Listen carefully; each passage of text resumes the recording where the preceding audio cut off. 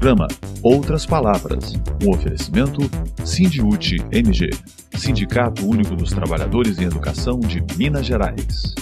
Olá, veja agora! Educadores e educadoras pedem respeito e cumprimento dos acordos assinados.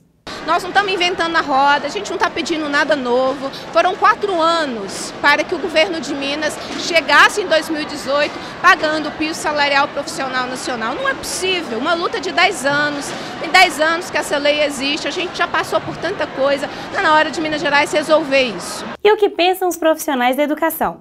A minha luta é pelo piso salarial que vai dignificar a nossa profissão, a educação no estado de Minas Gerais. Vamos a Brasília com as notícias da CNTE. Quem luta, educa. Educadores e educadoras pedem respeito e cumprimento dos acordos assinados. A Assembleia Estadual, realizada no último dia 28 em Belo Horizonte, lotada de profissionais da educação vindos de todas as regiões do estado, deliberou por greve no dia 8 de março, com a realização de uma nova Assembleia, quando então a categoria vai definir os rumos do movimento. Até lá, o que se espera, de acordo com Beatriz Cerqueira, coordenadora geral do Sindiúti, é que o governo do estado apresente propostas que venham ao encontro dos anseios da categoria. A deflagração da greve a partir do dia 8 de março, com uma nova Assembleia que vai avaliar os rumos do movimento e que vai avaliar se o governo até lá apresentar alguma proposta. Então o governo tem aí uma semana para fazer um diálogo de negociação com a categoria. Nós não estamos inventando a roda, a gente não está pedindo nada novo. Foram 4 anos para que o governo de Minas chegasse em 2018 pagando o piso salarial profissional nacional. Não é possível, uma luta de 10 anos. Tem 10 anos que essa lei existe, a gente já passou por tanta coisa. Está na hora de Minas Gerais resolver isso. O acordo era de longo prazo, a gente abriu mão de 2 níveis da carreira. A gente fez uma negociação de longo prazo que incluía bônus. A bônus não tem repercussão na carreira, só quando ele é incorporado. Então a gente fez um processo de negociação que não foi nada intransigente. Muito antes, pelo contrário, nós cedemos, nós recuamos em vários pontos. Nós estamos passando os últimos 4 anos na luta pelo mínimo. Tem um monte de coisa que o governo anterior roubou da categoria, direito a quinquênio, biênio, trintenário, a carreira nossa, que é uma carreira inacreditável, ninguém consegue andar nessa carreira, e nós buscamos o mínimo, que é o piso salarial, e a partir daí a gente conseguindo e reconstruindo outras políticas como a da carreira. Então é preciso que o governo tenha sensibilidade e feche esse acordo, né, o que ele se comprometeu pagando o piso para a categoria.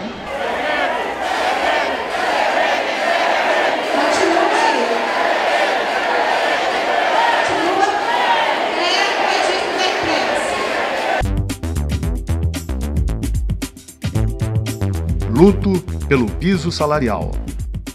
Eu sou Gilvanita Dantas, meu cargo é professor de educação básica, sou da cidade de Porteirinha, tenho 25 anos de trabalho e a minha luta é pelo piso salarial que vai dignificar a nossa profissão, a educação no estado de Minas Gerais.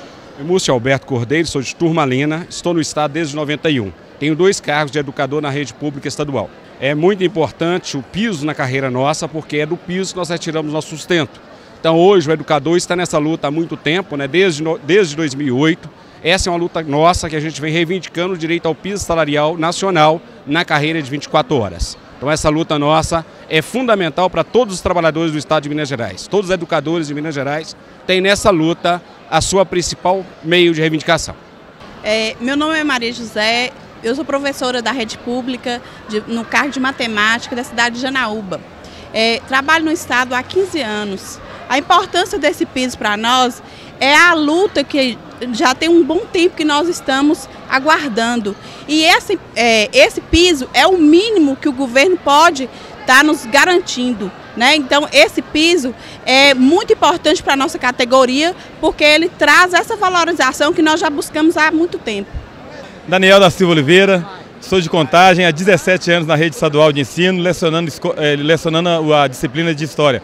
Olha, não há dúvida de que a lei do piso é uma lei primordial para nós, porque há décadas, né, que nós estamos aí nessa luta para garantir uma isonomia salarial, ou seja, o piso salarial ele é uma das premissas básicas para a qualidade da nossa educação. Então, por isso que a luta ela é primordial e, nesse sentido, essa Assembleia de hoje também vem apontar nesse sentido. O governo Pimentel tem que implementar aquele acordo assinado conosco de implementar o piso salarial profissional. Por isso que nós estamos aqui, porque a nossa luta é legítima e a gente precisa de ser reconhecido como a categoria que merece um piso digno.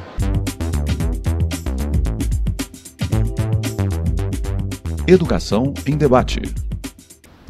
Durante coletiva de imprensa na Assembleia Legislativa, no último dia 26, Beatriz Cerqueira, coordenadora geral do Sindiúti, apresentou dados de um estudo técnico feito pelo DIEESE que traz a disponibilidade de infraestrutura das escolas estaduais em Minas Gerais. Nós estamos trazendo para vocês duas tabelas que pelo nosso boletim é possível acompanhar. A primeira tabela, então, nós vamos trazer as escolas que ofertam, as escolas estaduais que ofertam anos iniciais do ensino fundamental, e depois a segunda tabela vai trazer a infraestrutura das escolas estaduais que ofertam ensino médio. Tem escolas que têm apenas o ensino médio, não vai ter o ensino fundamental, e o inverso também acontece. Nós temos também dos anos iniciais, mas se nós tivéssemos trazido dos anos iniciais, a primeira fala do governo seria que os anos iniciais não é responsabilidade do Estado e que, portanto, está fazendo uma política de repassar essas turmas para o município, dando aí uma justificativa que, no nosso entendimento, ela não é correta, porque a estrutura é importante para toda criança que ali esteja. Então, nós trouxemos daquilo que é a responsabilidade prioritária do Estado quando faz o investimento em educação. E aí a disponibilidade de infraestrutura tem vários aspectos, evidente que eu vou destacar alguns, mas aí então vai ter o número de escolas. Nós estamos pegando, percebam aí, um histórico que vem da primeira vez que a gente fez esse estudo. O primeiro estudo que a gente apresentou ali é de 2012, e a partir daí então nós estamos acompanhando através dos dados conforme já foram apresentados aqui. Então, são dados públicos, né? Então, a gente não está inventando, a gente não está fazendo uma interpretação do ponto de vista sindical. Nós estamos simplesmente organizando um estudo, né, através da nossa subseção do DIEESE e trazendo para o debate aqui na sociedade. Então, a gente vai ter 2012, 13, 14, 15 e 16, e, portanto, vocês vão ver a evolução e vão poder fazer a avaliação da evolução da infraestrutura. Então, essa disponibilidade de infraestrutura, a gente vai analisar desde a escola, se ela oferece água filtrada, se ela tem abastecimento de água, abastecimento de energia, se ela tem tratamento de esgoto, se ela tem coleta periódica de lixo, se existe na estrutura da escola a sala para a direção, a sala para os professores, a sala da secretaria, se a escola tem laboratório de informática, se ela tem laboratório de ciências, se ela vai ter biblioteca e sala de leitura, se ela vai ter banheiro, se ela vai ter um banheiro com uma estrutura adaptada para o aluno com deficiência ou mobilidade reduzida. Esta é a novidade do estudo, que em 2012 nós não tínhamos. Se a escola vai ter dependências adaptadas para aluno com deficiência ou mobilidade reduzida, também essa é uma parte que em 2012 nós não apresentamos. Sobre a alimentação escolar, se a escola tem cozinha, se a escola tem refeitório, se a escola tem despensa.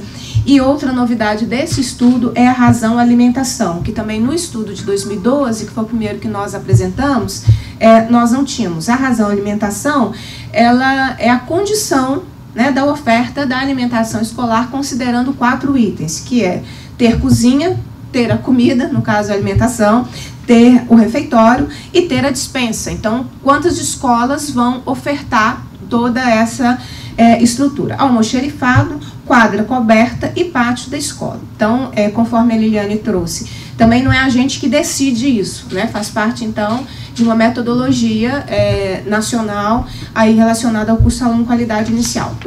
As duas tabelas trarão informações sobre isso. Eu vou destacar algumas principais. É evidente que eu vou destacar aquilo que nos salta aos olhos, daquilo que o Estado precisa responder em relação à infraestrutura. Nós queremos que tudo aí esteja 100%, né? Então, nas escolas em atividade dos anos finais do ensino fundamental, Nossa referência vai ser então 2016, que é o último dado disponibilizado, para que a gente possa fazer o estudo. Quando tivermos os dados de 2017, a gente atualiza. Não acreditamos que haverá uma grande mudança, dado aí o que foi o ano de 2017 para a gente. Então eu vou começar destacando, no caso dos anos finais do ensino fundamental, as escolas que possuem banheiro com uma estrutura adaptada a alunos com portadores de deficiência ou mobilidade reduzida. Hoje, rede estadual, com escolas do ensino dos anos finais do ensino fundamental, nós vamos ter 54% da rede que vai ofertar essa estrutura de banheiros para pessoas com deficiência ou mobilidade reduzida. Porque é um debate para a sociedade, até porque a classe média está cada vez mais tendo menos condição de colocar seu filho na escola privada, né? Está todo mundo voltando para a rede pública.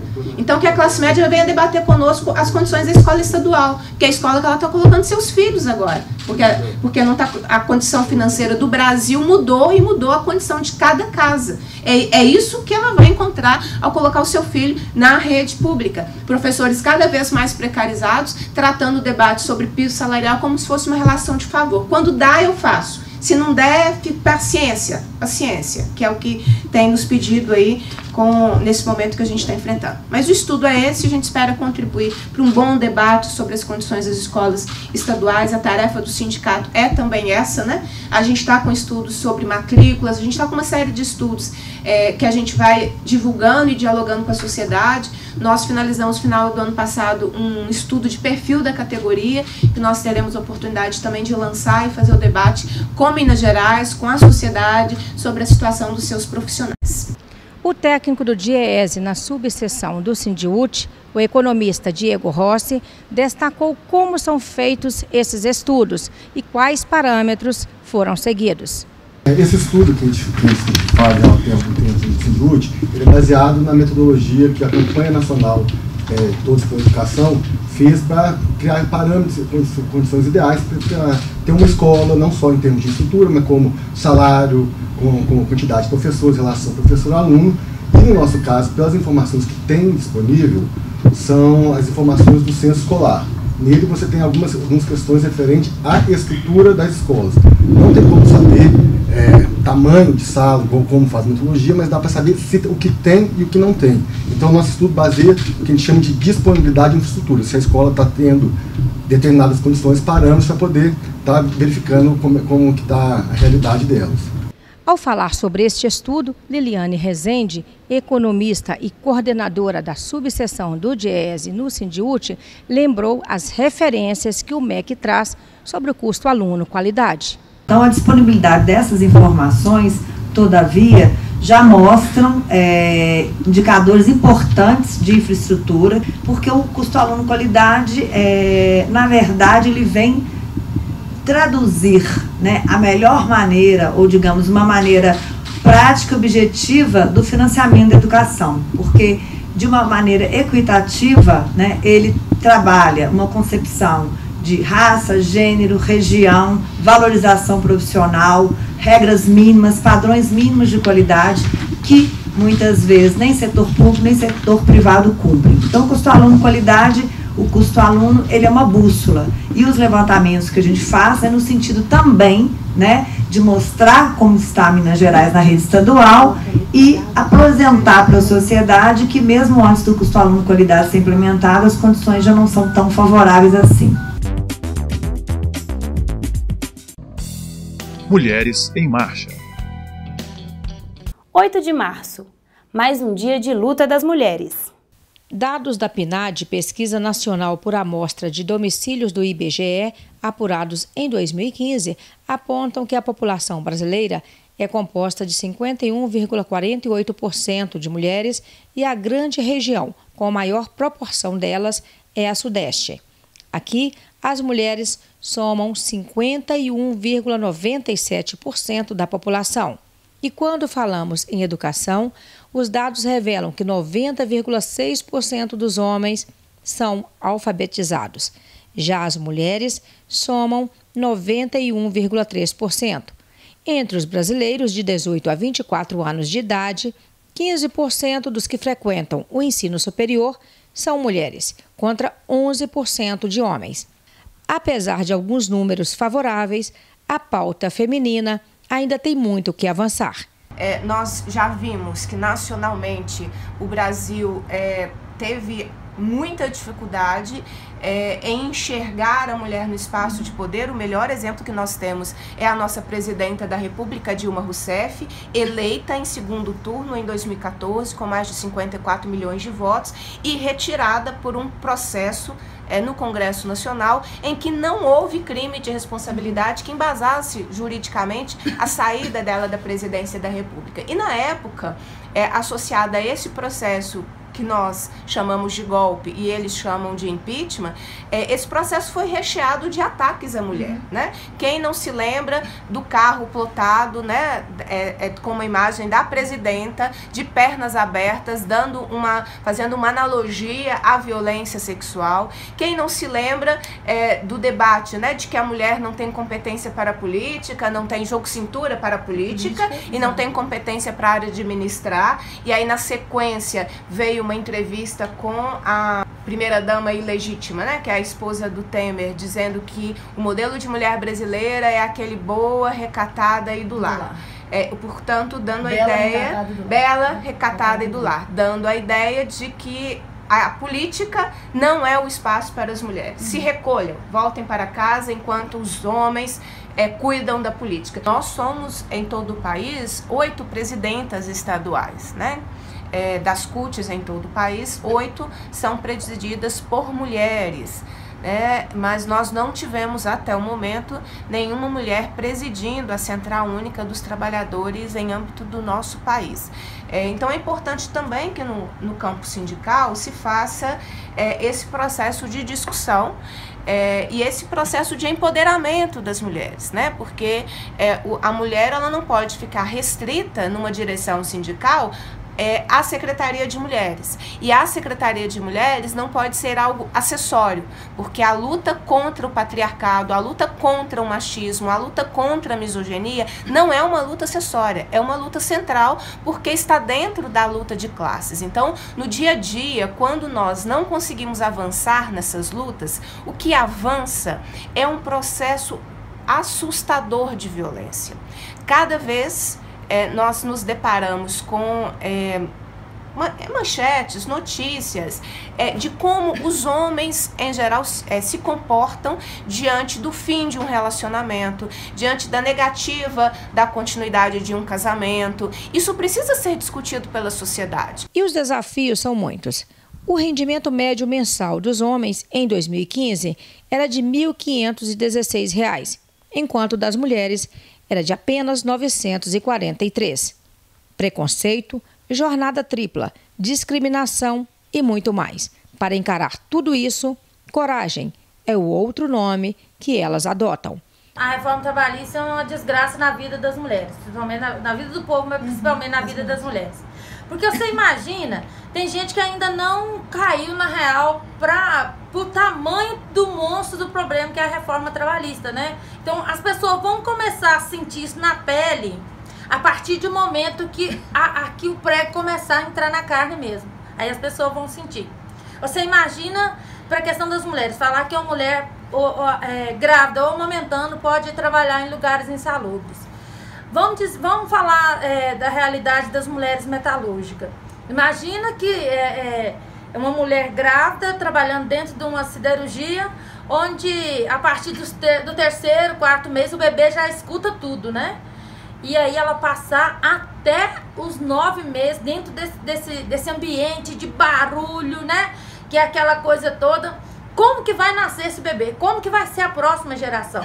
Né? Quando abre isso dentro da reforma trabalhista, é disso que a gente está falando. A gente não está falando somente do agora, das mulheres agora, mas das mulheres e também homens do futuro. Outro exemplo que eu gosto de dar assim, que fica bem claro assim, para as pessoas entenderem, né? Imagina aí nas granjas de porco, de frango, essa coisa toda aí, né? Quem produz e as mulheres que trabalham ali lavando o chiqueiro, limpando os pinteiros ali onde tá toda aquela porcariada ali, e falar que uma mulher que tá amamentando, ela pode sair dali e dar mamar o seu neném.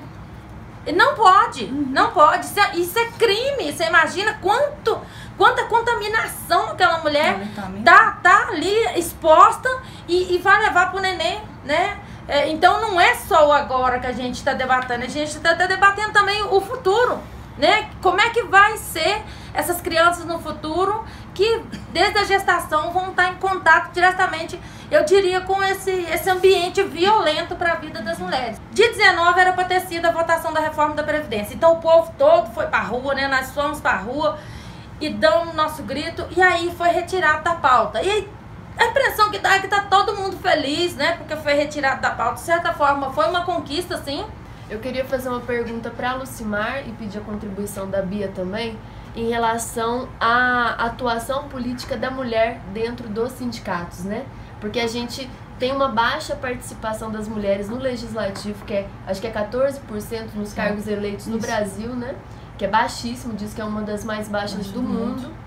E isso vem também de uma baixa participação em outros lugares da política, né? Então eu queria pedir sua contribuição, Lucimar, para falar um pouco sobre as suas dificuldades e o que uma mulher quilombola e negra também passa nesses lugares.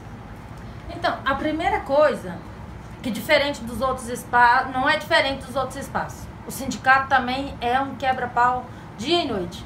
É uma disputa constante, onde a gente tem que brigar para ocupar um espaço que é de direito nosso, que você vai ver lá nos associados, a grande quantidade de mulheres que tem lá. E na hora da montagem de chapa é uma briga, né? É um quebra-cabeça. Então, assim, não é fácil, não é uma luta fácil, principalmente vindo do campo, né? Para nós do campo, então, ocupar os espaços, isso para nós é muito mais difícil, porque hoje, só assim, falar uma realidade, hoje a juventude no campo está tendo mais acesso aos estudos, à escola, mas na minha época não tivemos essa oportunidade de ter esse acesso que tem hoje às salas de aula, né? Então, imagina para quem fez até a 4ª série brigar por espaço, né? Então, não é fácil. Também, como a companheira colocou aqui, que não é fácil trabalhar numa rádio. Eu também fiquei numa rádio por 3 anos. Então, quando eu comecei, e aí, assim, eu comecei já quebrando o pau, falando da questão das mulheres, da questão dos negros, da juventude, do povo da roça, do proletariado, assim, enfim, né? E aí um monte de gente começou primeiro, mas assim, vamos destacar esse monte de gente, homens. Fala assim, mas quem é aquela doida que tá na rádio agora, né? Como se a posição nos colocasse doida, né? Como se você tivesse posição e querer ocupar o espaço e ocupar, isso fizesse da gente com que a gente tivesse um distúrbio. Então, dentro do sindicato não é diferente. Dentro do sindicato, tem gente que fala matar um leão por dia, eu falo matar 10, 20, o tanto que aparecer a gente tem que matar por dia para você poder estar ocupando espaço e para você ter vez e voz e fazer com que aquilo seja ouvido. Longe de querermos fazer comparações entre homens e mulheres, mas nesse 8 de março, dia de luta das mulheres, o que buscamos é ressaltar a luta que elas ainda precisam travar. A minha trajetória anterior, que vem dos movimentos sociais, das pastorais, eu acho que eu nunca tinha evidenciado tanto o peso do patriarcado e do machismo nessas relações. Até então, estava relativamente tranquilo, né? E aí, quando eu venho para esse espaço do legislativo, aí as coisas ficam evidentes.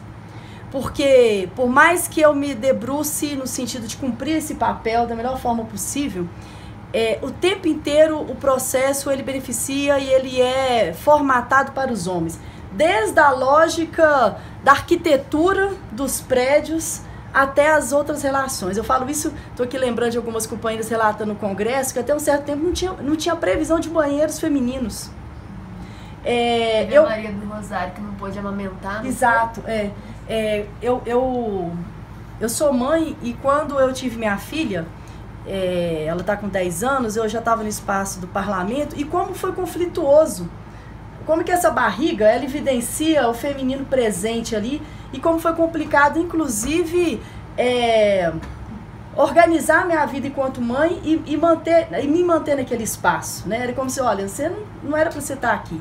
Algumas coisas, elas são muitos conflitos dessa relação, elas são explícitas, outros não, né? Mas algumas coisas ficam muito evidentes. Por mais que a gente seja, olha, você é uma ótima vereadora e tal, mas a gente não consegue acessar a presidência da Câmara. Dificilmente a gente consegue fazer parte da mesa diretora, talvez só sendo secretária, que parece que sempre é esse lugar da mulher, né? Da organização ali, dos papéis, da escrita. Mas é muito difícil a gente conseguir estar nesses outros lugares. Por mais que a gente se desdobre para cumprir bem o nosso papel, muitas vezes assim, se dedicando mais à leitura, aos estudos, os projetos do que os companheiros, para eles ali está dado, né? Então, essa disputa é muito complicada. Para garantir a nossa fala, o nosso direito de fala, essa fala que tem que ser reconhecida, a gente está se colocando o tempo inteiro nessa posição mesmo de luta e enfrentamento. Não tem nada que vem de graça, né? Ali tudo é na base da conquista e é isso, a gente mostrar o tempo inteiro, mostrar a capacidade de discussão, a capacidade ali de estar discutindo as questões da cidade, mas sabendo que ainda tem esses limites todos que eu estava dizendo, de acessar alguns instrumentos que são importantes para a gente fazer o nosso trabalho, que é, por exemplo, comissão e presidência e mesa diretora, e que isso fica muito difícil porque até então isso é pensado para os homens. Para nós, esse tipo de protagonismo ainda não está garantido e enfim, ainda matéria para lutar. Nas últimas eleições, a partir de 2016, somente 641 prefeituras foram ocupadas por mulheres. Foram praticamente 4.900 homens contra 641 mulheres, né? Ainda é muito pouco, né? Ainda é muito pouco. E um desafio é que muitas companheiras chegam nesse espaço, mas ainda na lógica machista. De travar o jogo ainda na lógica dos homens. E a gente precisa, então, além de termos mais mulheres, mas mais mulheres com outra postura, com outro olhar para esse jogo, nesse espaço de poder. Porque se a gente for para esse jogo com as mesmas regras, a gente não muda, a gente não transforma, a gente não radicaliza a democracia. E se alguém tem dúvida do lugar da mulher, vale dar voz à senadora Fátima Bezerra. Não é normal, não é saudável que num país com mais de 200 milhões de habitantes, as mulheres estejam subrepresentadas nos espaços de decisão política importante, desde o Congresso Nacional, as Assembleias Legislativas, câmaras municipais, etc. Nesses tempos, mais do que nunca, de resistência em defesa da democracia, lugar de mulheres é e deve ser também na política. E se alguém ainda pensa que esse lugar é pouco, outros espaços também são indicados.